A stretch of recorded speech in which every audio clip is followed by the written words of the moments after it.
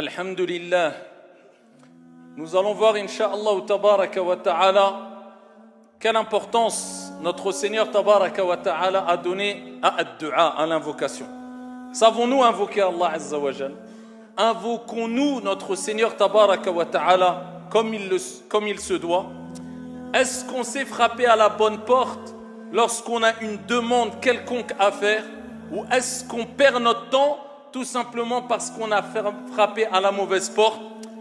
Comment invoquer Allah Jalla wa Ala de telle sorte qu'Allah accepte notre invocation et de telle sorte qu'on puisse se rapprocher sereinement de notre Seigneur Tabaraka wa Ta'ala? On va tenter modestement de répondre à ces quelques interrogations. Allahu Rabbuna huwal ilahu lahu minal asma'i mastafahu al-wahidul hayyu kadhal maliku والملك المالك لا شريك. أيها المباركون, félicitations à toutes celles et ceux qui, lorsqu'ils sont touchés par une détresse quelconque, un souci, un problème, une joie quelconque, eh bien savent à quelle porte frapper. Hani Allahum, félicitations. Tout simplement parce que ces gens-là ont compris qu'à travers ad-du'a, l'invocation, la demande à Allah subhanahu wa ta'ala et pas à d'autres que Dieu, notre Seigneur tabaraka wa ta'ala, est une source de félicité, de joie, de réussite. Fi dunya wa fil akhirah. Pour celles et ceux bien sûr qui savent frapper à la bonne porte. Celui qui invoque Allah a su frapper à la bonne porte. Celui qui n'invoque pas son Seigneur, l'unique tabaraka wa ta'ala, a frappé à la mauvaise porte. Il va s'essouffler, il va se fatiguer, il va perdre son temps, tout simplement car cette porte ne s'ouvrira pas et il ne cessera de frapper sans qu'elle ne s'ouvre, contrairement à celui qui aura frappé à la bonne porte. Sache qu'Allah subhanahu wa ta'ala répond. Allah accepte les demandes, Allah accepte les invocations. Il te demande simplement une chose, il te dit simplement une chose qui est facile à toutes et à tous, mais trop négligée malheureusement. Trop négligé. Pas besoin d'être un savant, pas besoin d'être un grand pieux, ascète, vertueux, je ne sais quoi. Mais qui d'entre nous met en application ce qu'on va dire maintenant? Allah te demande juste une chose. Pour qu'il te donne, qu'il t'exauce, une chose. Invoque-le. وَإِذَا سَأَلَكَ عِبَادِ عَنِّي فَإِنِّي قَرِيبٌ أُجِيبُ دَعْوَةَ الدَّاعِ إِذَا دَعَانِ. Allah il dit, lorsque mon serviteur t'interroge sur moi, je suis tout près. وَإِذَا سَأَلَكَ عِبَادِ عَنِّي فَإِنِّي قَرِيبٌ. Je suis tout près. أُجِيبُ دَعْوَةَ الدَّاعِ إِذَا دَعَانِ. Je réponds, j'accepte. Je réponds à la demande du demandeur, de celui qui demande. Quand il me demande. Quand il me demande. Combien de gens prétendent demander à Allah subhanahu wa ta'ala lorsqu'ils ont un problème, alors qu'il l'a fait qu'une fois tout au long de son problème qui dure peut-être des jours, des semaines, des mois, et quand il l'a fait avec un cœur qui était distrait. Ensuite, il dit, j'ai demandé à Dieu. Tu n'as pas demandé à Dieu. Tu as prononcé des choses de manière mécanique. Tu n'as pas vraiment invoqué Allah subhanahu wa ta'ala. Car si tu lui avais demandé, eh bien Dieu dit dans le Coran, فَإِنِّي قَرِيبٌ أُجِيبُ دَعْوَةَ الدَّاعِ إِذَا دَعَانِ. Je suis proche du demandeur, de celui qui m'invoque. Mais savons-nous invoquer Allah? Est-ce qu'on sait vraiment l'invoquer? Est-ce qu'on l'a déjà vraiment invoqué comme on va le voir? Hadith wa la haraj. Le prophète alayhi salatu wassalam nous rappelle à travers un récit prophétique rapporté par Ibn Majah qu'Allah subhanahu wa ta'ala se met en colère. Ça veut dire quoi se met en colère ici? Walillahi al-mathalul a'la. Regardez bien. Regardez ce que Dieu dit, tellement que Dieu aime voir ses serviteurs, peu importe. Tu as commis des péchés, tu fais des péchés, personne d'entre nous est parfait, moi le premier. Mais Dieu te dit, demande-moi, implore mon pardon, implore mon secours, implore mon aide. Si tu le fais comme il se doit, eh bien je te répondrai, je serai satisfait de toi. Contrairement à celui qui aura abandonné la dua, l'invocation. Qu'est-ce qu'il dit le prophète alayhi salatu wassalam? Man lam yas'alillah yaghdab alayh. Celui qui ne demande pas à Dieu, il ne fait pas de dua. Il ne veut pas invoquer Dieu, il a des problèmes, il va voir Foulan et Allan. Va voir les gens pour qu'ils t'aident, il n'y a pas de problème. Mais avant tout, demande à celui qui a créé les gens et qui peut enlever le problème, ôter le problème en moins d'une fraction de seconde. Quand il veut quoi que ce soit, il dit kun fayakun, soit ici, frappe à la bonne porte, prends pas d'intermédiaire, ou demande à Dieu avant tout et ensuite va chercher les causes. Va chercher assistance auprès des causes. Mais c'est Dieu qui enlève les soucis, c'est Dieu qui assiste, c'est Dieu qui apporte, c'est Dieu qui retient, c'est Dieu qui donne. Subhanahu wa ta'ala. Et le prophète dit, celui qui n'invoque pas Dieu, yaghdab alayhi. Allah se met en colère. Walillahi al-mathalul a'la. Regarde l'image de celui qui t'est cher, de ton père, de ta mère, d'une personne qui t'aime. Eh bien, lorsque cette personne-là va voir que tu avais besoin d'aide, mais tu ne lui as pas demandé, et tu es parti demander à autre, ou tu n'as demandé à personne jusqu'à ce que tu te retrouves dans une situation périlleuse, délicate, dangereuse quelquefois, lorsque la personne qui t'aimait va apprendre que tu ne lui as pas demandé de l'aide, et il aurait pu t'aider jusqu'à ce que tu te retrouves dans cette situation mauvaise, dans la pauvreté ou autre, comment va-t-il réagir? Il va s'énerver ou pas? Il va être en colère contre toi. Pourquoi tu ne m'as pas demandé? Mais pourtant il t'aime. Cette colère est une preuve d'amour. Eh bien Allah Jalla wa ala walillahi al-mathalul a'la. C'est dans ce sens qu'Allah subhanahu wa ta'ala te dit, celui qui ne m'invoque pas, yaghdab alayhi, Allah se met en colère contre lui. Parce qu'Allah te veut du bien, Allah t'aime. Allah veut que tu lui demandes quand tu as des problèmes, pour qu'il t'aide. C'est pas pour te châtier, te punir, non. Allah te montre que si tu ne l'invoques pas, eh bien il se mettra en colère. Parce qu'Allah, il veut le meilleur pour toi et toi tu as été cherché et tu as été frappé à une porte qui ne convient pas avant de frapper à la porte dont Allah subhanahu wa ta'ala ne referme jamais sur celui qui lui demande sincèrement. وَإِذَا سَأَلَكَ عِبَادِ عَنِّي فَإِنِّي قَرِيبٌ. أَيُّهَا الْمُصَلُّونَ. Il faut savoir que ad-du'a, c'est tellement important que le prophète alayhi salatu wassalam et Allah lui-même dans le Coran al-Karim l'ont appelé al-ibada. Allah Jalla wa ala dit dans le Coran وَمَا خَلَقْتُ الْجِنَّ وَالْإِنسَ إِلَّا لِيَعْبُدُونَ. Allah nous a créés pour l'adorer. Eh bien, le prophète, regardez l'importance de la du'a. Qimatu du'a. Le niveau qu'a atteint le du'a auprès d'Allah. Le prophète, il dit ad-du'a huwa al-ibada. Il dit l'invocation, c'est ça l'ibada, c'est ça l'adoration. Pourquoi? Pourquoi le prophète a dit que l'invocation ad-du'a, c'est l'ibada? Parce que quand tu lèves tes mains, ya Abdallah, et tu demandes, tu prouves à Allah subhanahu wa ta'ala que tu crois en lui l'unique et que tu sais que c'est lui qui donne et que le bien vient de lui et que l'assistance vient de lui. Tu concrétises ce pourquoi Dieu t'a créé, at-tawhid, l'unicité d'Allah subhanahu wa ta'ala. Donc ne brise pas ce lien entre toi et Dieu. Parce que dans l'invocation, tu parles à Allah et Allah te répond. Allah. Tu as l'opportunité de discuter, de parler, d'échanger avec Allah à travers le dua en levant tes mains. Peu importe la langue, Allah Jalla wa ala a créé les langues et comprend toutes les langues et il n'y a aucune langue qui ne lui échappe subhanahu wa ta'ala.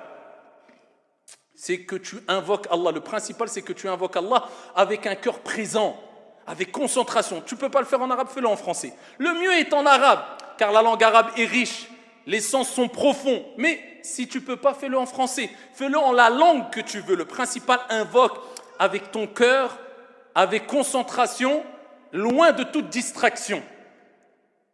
Et tu concrétises la ibada tout simplement parce qu'il y a d'autres, l'adoration, il y a d'autres personnes qui utilisent l'invocation pour tomber dans l'opposé de l'unicité at-tawhid. Ils invoquent des statues, ils invoquent des morts, ils invoquent al-qubur, ils invoquent des tombes, ils invoquent je ne sais quoi. Alors que nous, dans notre croyance, il est demandé d'invoquer que Dieu l'unique. Ad-du'a lillahi azza wa jal. Wa idha sa'alta fas'alillah, kama qala alayhi salatu wassalam. Wa idha ista'anta fasta'in billah. Ni plus ni moins. Quand tu demandes, demande à Allah. Et quand tu cherches secours, assistance, cherche secours et assistance qu'auprès d'Allah azza wa jal. Je répète, ça ne veut pas dire qu'on ne peut pas demander à une personne de nous aider ou de nous... Mais je parle des choses dont seul Dieu peut te donner. Dont seul Dieu peut te donner assistance et secours et délivrance. Et avant, même quand on parle de gens qui peuvent nous aider, avant de leur demander, demande à Dieu aussi. Ainsi, Dieu mettra à disposition des personnes qui t'aideront. Donc, passe directement par Dieu.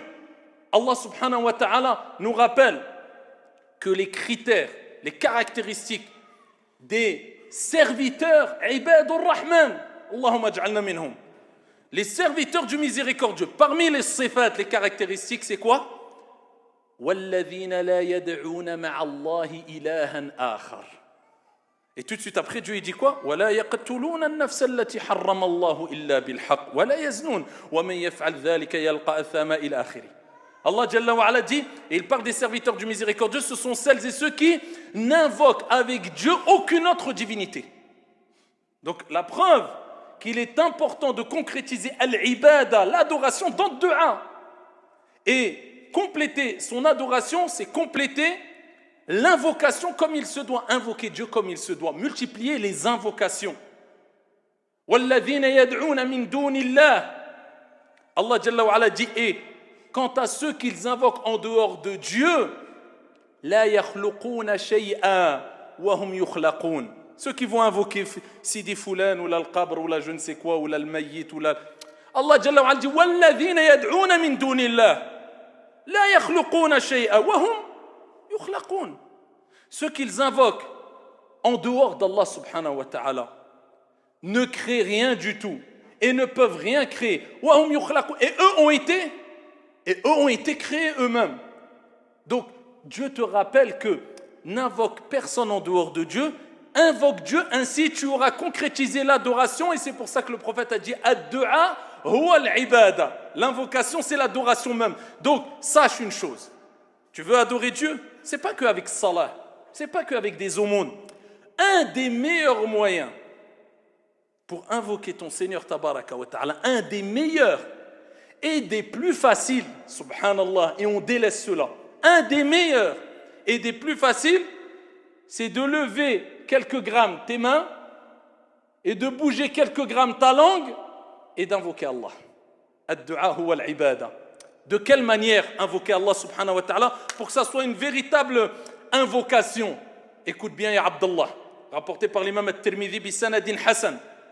Le prophète alayhi salatu wa salam a dit, et voilà, ça c'est le cœur de l'invocation. Ud'u Allah wa antum muqinun bil ijaba. Ça c'est la cause, charte. Invoquer Allah wa antum muqinun bil ijaba. Chez le hadith, il va commencer à invoquer et il se dit peut-être Rabbi Rubbama il va accepter, Allahu a'lam, wa antum muqinun bil ijaba. Et soyez sûrs, certains, avec une conviction que Dieu va vous répondre. Première des choses, t'invoques, je suis sûr. Si tu veux que l'invocation elle marche, le mode d'emploi de l'invocation de dua c'est ça. Wa antum muqinun bil ijaba. Et le prophète il dit ensuite, deuxième condition, pour qu'une dua elle marche, il dit, et sachez qu'Allah subhanahu wa ta'ala n'accepte pas l'invocation venant d'un cœur distrait. Min qalbin ghafil. Allah il n'accepte pas. Si quelqu'un invoque avec des doutes, est-ce que Dieu va me répondre ou pas?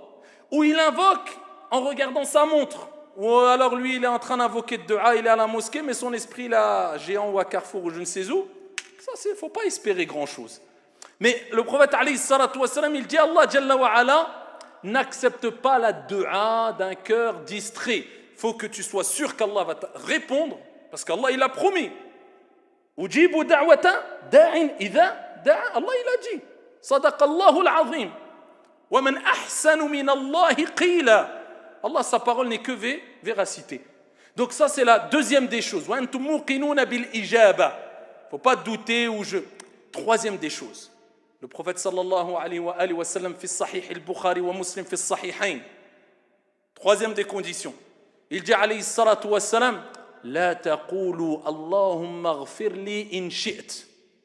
Ne demandez pas à Dieu en disant, ne dites pas oh Allah pardonne-moi si tu veux. Non, tu ne dois pas mettre cette condition dans la dua. Le prophète il dit n'impose pas, ne mets pas de condition à Dieu dans la dua ainsi.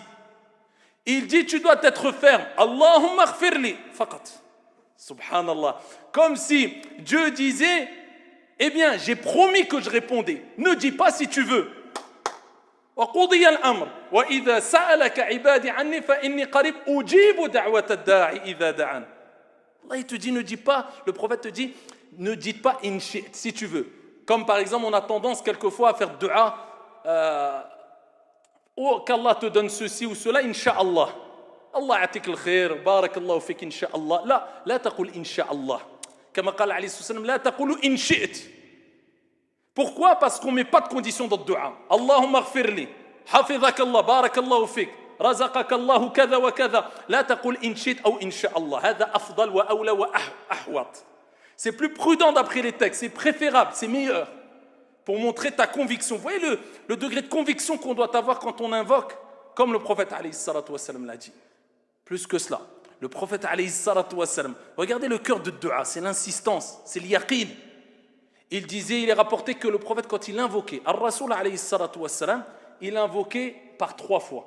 Par exemple, il disait, Allahumma ghfirli thalathan, Allahumma ghfirli, Allahumma ghfirli, Allahumma ghfirli, Allahumma arhamni, Allahumma arhamni, Allahumma arhamni. Le prophète, il avait l'habitude, min adatihi alayhi salatu wassalam, an yad'u Allah jalla wa ala thalathan, qu'il invoque Allah subhanahu wa ta'ala à 3 reprises. Donc prenez l'habitude d'invoquer quelquefois, surtout quand vous êtes dans une situation où vous avez besoin de quelque chose de bien précis. Demandez à Dieu à 3 reprises. Comme je vous ai dit en arabe, en français, peu importe. Demande à Dieu à 3 reprises ce que tu veux. C'est une des causes de l'exaucement. Continuons avec ce mode d'emploi de l'invocation accepté, réussi, cette adoration concrétisée, Inch'Allah tabaraka wa ta'ala, billahi tawfiq. Il y a de la manière qu'on doit invoquer, dont on doit invoquer notre Seigneur tabaraka wa ta'ala. Et le prophète alayhi salatu wa sallam nous a indiqué comment, et Allah jalla wa ala nous a indiqué comment. Allah subhanahu wa ta'ala dit dans le Coran, walillahi al-asma'ul husna fad'uhu biha. À Allah appartient les plus beaux noms, invoquez Dieu par ses plus beaux noms. C'est-à-dire que quand tu commences cette dua, commence par mentionner des noms de Dieu. Ya Allah, Ya Karim, Ya Aziz. Même si tu connais que 2, 3, 4 noms, invoque Allah avec ces noms-là. Et Dieu se présente à travers ses noms et ses attributs, d'où l'importance de connaître les noms et les attributs d'Allah Azza wa Jal. Ya Karim, Ya Aziz, Ya Dhal Jalali wal Ikram, Ya Allah, Ya Rab. Tu dis ça. Ensuite, le prophète sallallahu alayhi wa sallam fait sahih, il dit, Allah subhanahu wa ta'ala laisse l'invocation de son auteur bloquée. Je dis, al-maddu'a ne passe pas. Tu as rempli les conditions ou pas? Allah Azza wa Jal laisse l'invocation de son adorateur, son serviteur, bloquée, tant qu'il n'aura pas prié sur le prophète Muhammad alayhi salatu wassalam. Donc tu veux que dua soit accepté? Glorifie Allah. On commence par Allah Jalla wa ala. Allah subhanahu wa ta'ala lui-même s'est glorifié, subhanahu wa ta'ala. وَنَبْدَأُ بِمَا بَدَأَ اللَّهُ بِهِ. On commence par ce que Allah subhanahu wa ta'ala, ou ce dont Allah a commencé. Ya Rab, Ya Allah, tu demandes à Dieu. Ensuite, prie sur le prophète alayhi salatu wassalam, préférable au début et à la fin, ou sinon au moins une fois dans ta dua. Tu pries sur le prophète. Allahumma salli ala Muhammad wa ala ali Muhammad. C'est ça. Tu invoques Allah Azza wa Jal en faveur du prophète. Tu dis Allahumma salli ala Muhammad. Juste ça au moins. Donc faire la prière sur le prophète alayhi afdalu salati wa askat taslim. Parmi les conditions aussi, ne pas se précipiter. Le prophète sallallahu alayhi wa sallam dit, Allah répond, accepte l'invocation du demandeur tant que il ne se précipite pas. C'est-à-dire, il invoque, il se précipite pour qu'Allah Azza wa Jal exauce son invocation. Hein? Tout de suite, j'ai invoqué, subhanallah, j'ai invoqué à 13h, 14h, il n'y a toujours rien. Parce qu'il attend 1 heure après. Et on a, ils attendent 10 ans après. Comme je vous ai déjà dit, quelquefois Allah ne te répond pas directement parce qu'il sait qu'il y a un mal s'il avait exaucé ton invocation. Hikmatullahi Azza wa Jal. Donc toi, invoque Allah, khalas, t'as invoqué, te préoccupe plus. Quand Dieu va t'exaucer ou pas. Et le prophète, il donne l'exemple, il dit, donc celui qui se précipite, qu'est-ce qu'il dit? J'ai invoqué Allah pendant tant de temps et il ne m'a pas accepté. À ce moment-là, il abandonne dua. Voilà, le prophète alayhi salatu wassalam, il parle de cette personne-là, il dit celui-là, Allah ne lui acceptera pas. Ne dis pas j'ai invoqué, Allah ne m'a pas répondu. Qui te dit qu'Allah ne t'a pas répondu? Peut-être qu'Allah subhanahu wa ta'ala t'a répondu na'am, même si tu n'as pas l'exaucement, même si tu ne le vois pas avec tes yeux. Oui, comment? On va le voir à la fin rapidement, incha'Allah tabaraka wa ta'ala. Donc toi, ce qui t'est demandé, c'est d'invoquer Allah subhanahu wa ta'ala. À quel moment? Il y a beaucoup de moments, il y a plusieurs moments où il est demandé d'invoquer Allah subhanahu wa ta'ala, c'est-à-dire où il est plus propice que les invocations soient acceptées. Invoque-le à n'importe quel moment, mais particulièrement quand il pleut, du'a mustajab. Quand il pleut, le prophète il dit que du'a mustajab, bayna al-adhan wal-iqama, entre l'adhan et l'iqama, perds pas ton temps, invoque Allah Azza wa Jal. Surtout si tu as une demande particulière à demander à Allah subhanahu wa ta'ala entre l'adhan et l'iqama, fi sujoud, dans la prosternation. Et tout ce que je vous dis, il y a des textes, hein. On ne rentre pas dans les détails, sinon on resterait trop longtemps. Dans la prosternation, ad-du'a mustajab. Le prophète alayhi salatu wa sallam dit, c'est le moment où vous êtes le plus proche d'Allah, fa'akfiru ad-du'a. Augmentez les invocations alors que vous êtes prosterné. Quand, ici, vous êtes en voyage, quand tu es en voyage, ad-du'a mustajab, tu lèves tes mains, ad-du'a elle est acceptée. Quand tu es malade, l'invocation du malade, al-marid, du'a mustajab kadhalik, l'invocation elle est acceptée. Le père, la mère envers leurs enfants, du'a al-walidain, mustajab kadhalik, invoque pour eux et pas contre eux. Allah ya'atik shi, ad-du'a si elle est acceptée, Allah yahfadou sitra, après tu te plains pourquoi invoque pour eux, pas contre eux. Invoque pour tes enfants, pour ta descendance, peu importe, même s'ils sont les plus égarés. Peut-être la cause, sabab, de ton invocation fera que ça sera les plus grands guidés, les meilleurs des gens. Khayrukum fil jahiliya, khayrukum fid din. Allahu a'lam. Invoque Allah Azza wa Jalla à tout moment, surtout pour ta descendance, tes enfants, etc. Et sache que dans tous les cas, il faut invoquer, tu es dans une ibada, tu adores Dieu. Tu lèves tes mains, tu invoques, tu es dans une ibada. Après, il y a des obstacles, ça existe, qui empêchent l'invocation d'être acceptée. Et parmi les plus grands obstacles, c'est quoi? C'est de manger, de boire ou de se vêtir de haram. Vous connaissez tous le hadith authentique fait sahih où le prophète alayhi salatu wassalam a évoqué un homme qui ash'ath aghbar, qui a les cheveux ébouriffés, couverts de poussière, musafir. Et il lève ses mains au ciel et il dit Ya Rab, Ya Rab. Les ulama, ils ont dit, regardez, le prophète il dit Ya Rab, c'est comme si le prophète nous rappelait que dire Ya Rab au Seigneur, Ya Rab, c'est une cause de l'exaucement de l'invocation. Donc quand vous citez les noms d'Allah, citez aussi le nom Ya Rab, au Seigneur. Il dit Ya Rab, alors que mashrabuhu haram, sa nourriture, sa boisson, elle est haram. Sa nourriture, sa boisson sont haram, ses vêtements sont haram. Comment l'invocation serait-elle acceptée? Pour nous rappeler que celui qui consomme de l'illicite, faites attention à ce que vous mangez, d'où ça vient, c'est l'argent halal ou haram. Celui qui s'habille de haram, de choses illicites, celui qui prend, qui boit, et la source de cet argent, elle est illicite, eh bien l'invocation, elle n'est pas acceptée. L'invocation, cela peut être un obstacle quant à l'exaucement de ad-du'a. C'est pour ça, faites très attention à ce que vous mangez, ce que vous buvez et ce que vous mettez comme habit, c'est-à-dire la source avec laquelle tu as acheté ta nourriture, ta boisson, ainsi que tes vêtements. Et pour terminer, ayyuha al-akhyar, rapporté par l'imam Ahmad, ce hadith qui nous remonte le moral et qui nous dit dans tous les cas, je fais dua. Parce que dans tous les cas, même si l'invocation n'est pas acceptée, tu as quand même adoré Dieu. On va dire, tu as fait dua, il y avait un obstacle qui fait que Allah n'a pas accepté ta dua. Mais quand même, en faisant dua, tu es ad-du'a huwa al-ibada, tu as adoré Dieu quand même. Donc tu n'es jamais perdant dans le dua. De plus, rapporté par l'imam Ahmad, bisanadin Hassan, le prophète sallallahu alayhi wa sallam a dit, il n'y a pas un musulman qui invoque son Seigneur tabaraka wa ta'ala, abshiru, il n'y a pas un musulman qui invoque son Seigneur tabaraka wa ta'ala sans que dans sa dua il y ait une demande de qati'atul rahim, le fait de demander que les liens de parenté soient coupés. Parce que si tu demandes des choses haram à Allah Azza wa Jalla, Allah ne t'acceptera pas, même si tu remplis les conditions. Ça, c'est la condition. Il ne faut pas te demander de choses illicites à Allah. Donc, la clause ici, ou la condition, le prophète il dit, il n'y a pas un musulman qui invoque Allah subhanahu wa ta'ala sans demander à Dieu qu'il y ait une rupture des liens de parenté, ou bien un péché. D'accord? Donc, tant que tu invoques Allah sans demander des choses illicites ou interdites ou des choses mauvaises, sans qu'Allah subhanahu wa ta'ala ne lui accorde une de ces trois choses. Obligatoirement. Et il dit, alayhi salatu wa salam, ou Allah va accepter ton invocation. Si tu as demandé ça, Dieu va te le donner. Ou peut-être que tu vas demander, Dieu ne va pas te le donner. Est-ce que ça veut dire que ton invocation n'est pas acceptée? Non. Ou, il dit, alayhi salatu wa salam, Dieu lui réserve l'exaucement, le résultat de son invocation pour l'au-delà.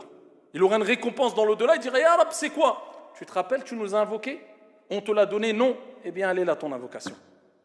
Ou, troisième des choses, écoute bien, il devait t'arriver un mal peut-être hadith, un accident ou un malheur par la cause de ta dua, Rabbil Alamin, Allah Jalla wa Ala, il t'a préservé de ce mal, il a écarté ce mal de toi. Donc dans tous les cas, 3 choses, soit Allah il accepte, soit il te garde pour l'au-delà, ou soit il devait t'arriver un malheur, Allah il t'a préservé de ce malheur en échange de ton invocation.